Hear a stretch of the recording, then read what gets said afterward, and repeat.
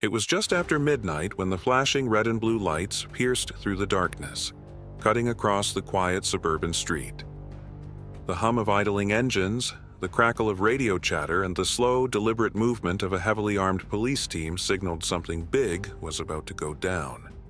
A squad of officers in tactical gear crept toward the sprawling mansion, a house far grander than any in the neighborhood. They had a warrant. They had intel. And they were convinced they had their target. What they didn't have was the truth. The SWAT team had been briefed. This house, a beacon of wealth and success, allegedly belonged to a high-level drug trafficker. According to an anonymous tip, the suspect had used shell companies to hide illicit activities under the guise of a perfectly legitimate business. Authorities claimed they had undeniable proof: money laundering, drug shipments, offshore accounts. Everything pointed to the mansion. What made this raid even more urgent? A supposed fugitive had been seen entering the property just hours earlier. With weapons drawn and adrenaline surging, the officers positioned themselves at the front and back entrances. A single command was given: go. Within seconds, the silence was shattered.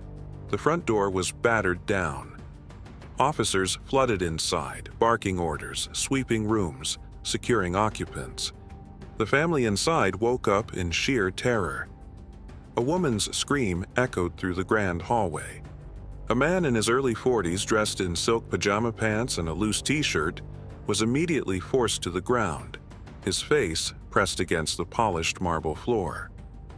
Children's cries filled the air as armed officers yanked open bedroom doors, dragging confused and terrified family members from their beds. But as they began detaining the occupants, something felt off. This wasn't the kind of reaction they expected from criminals. Where were the weapons, the stash of illicit cash, the security detail expected in a drug kingpin's home? Instead, they found family photos, diplomas, trophies, a framed picture of the man and woman standing next to former U.S. presidents. And then, one officer entered a study filled with bookshelves, plaques, and awards. A nameplate on the desk caught his eye. His stomach dropped. The police chief standing by the command vehicle outside received an urgent radio call. "Sir, we have a situation." The officers inside had made a terrible mistake. The man lying face down on the floor, hands zip-tied behind his back, was no criminal. He was a federal judge. Not just any judge.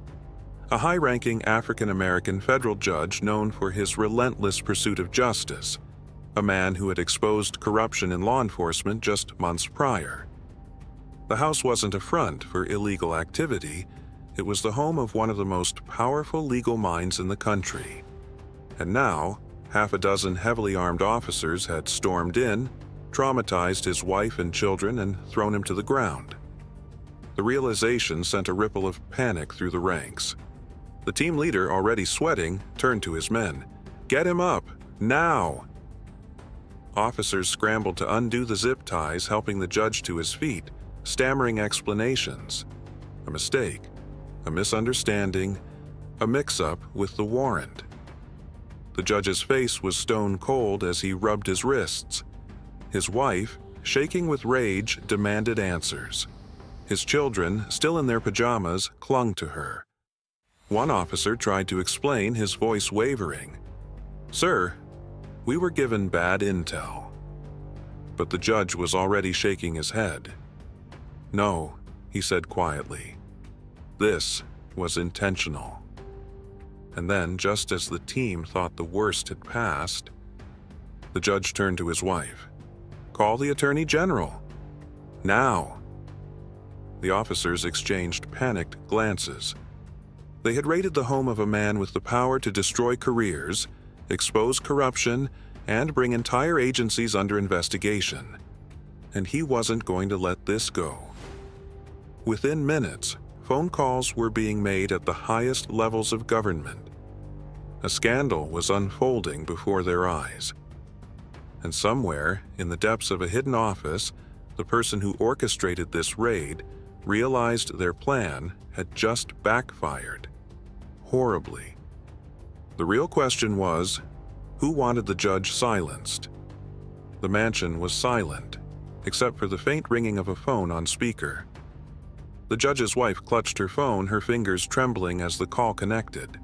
A deep voice answered. "Madam, it's late. What's going on?" The judge stepped forward, his voice controlled but ice cold. "This is an emergency. We have a major situation." The officers stood frozen, awaiting their fate as the judge explained what had just happened.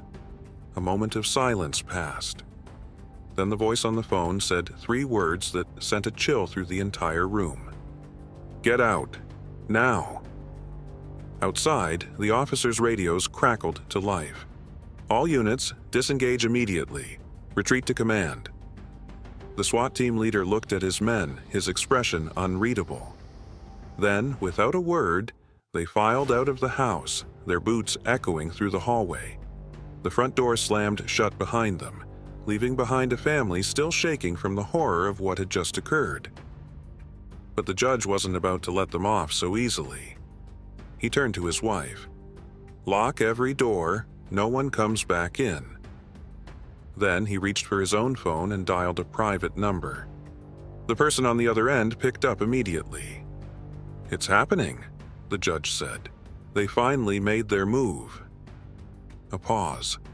Then the voice replied, "Then it's time we do the same." Meanwhile, inside the SWAT command vehicle parked down the block, a different kind of chaos was unfolding. The police chief, his face pale and covered in sweat, was on his own frantic call. "Who authorized this warrant?" he barked. "I want names, now."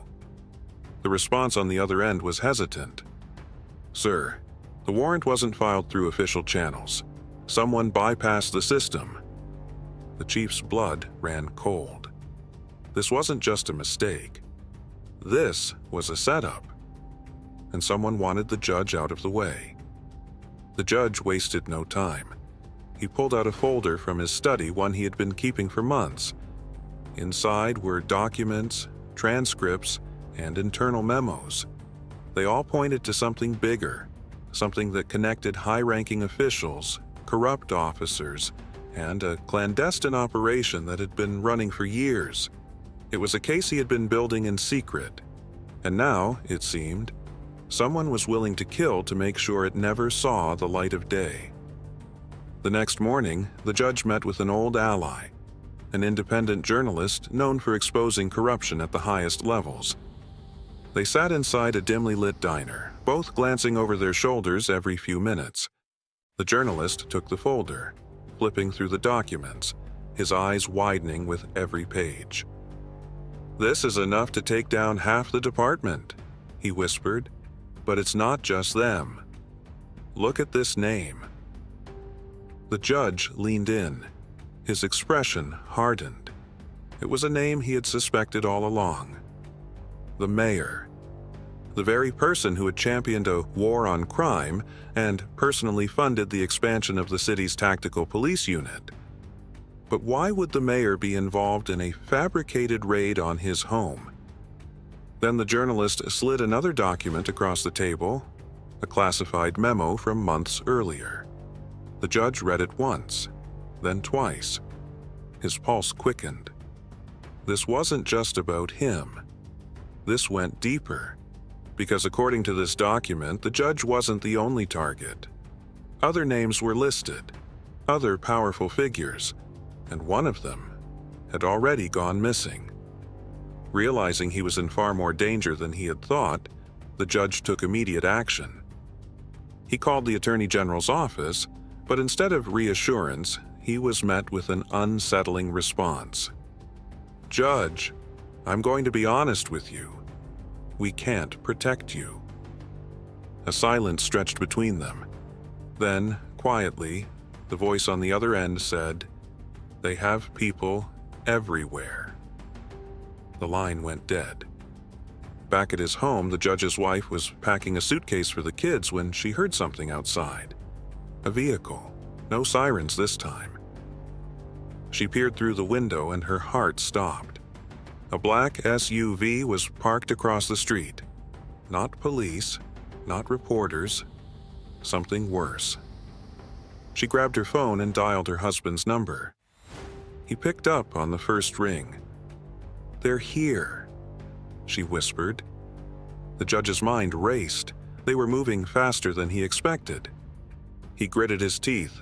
"Take the kids and get out, now."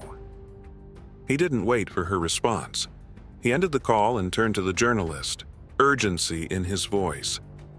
"We don't have time. Get this to the press. No matter what happens to me, get this out there." The journalist nodded and grabbed the folder, slipping it into his bag. But before they could leave, the door to the diner swung open. A man in a dark suit entered. He wasn't carrying a badge, but he didn't need one. The look in his eyes said it all. They had found him. The judge locked eyes with the man. Then, slowly, he stood up. The journalist hesitated. "Judge," the judge held up a hand. "Go. Now." The man in the suit smirked. "Brave move, but you already know how this ends."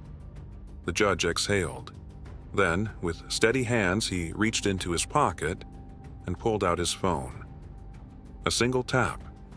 The screen lit up, showing that the call was already connected. On the other end, a voice spoke. "We've got it. It's live." The man in the suit paled. The judge gave him a slow, knowing smile. "Check the news." Just as he said those words, news alerts began flooding phones across the country. Breaking. Massive police corruption scandal. Uncovered. The truth was out. And now, there was no turning back.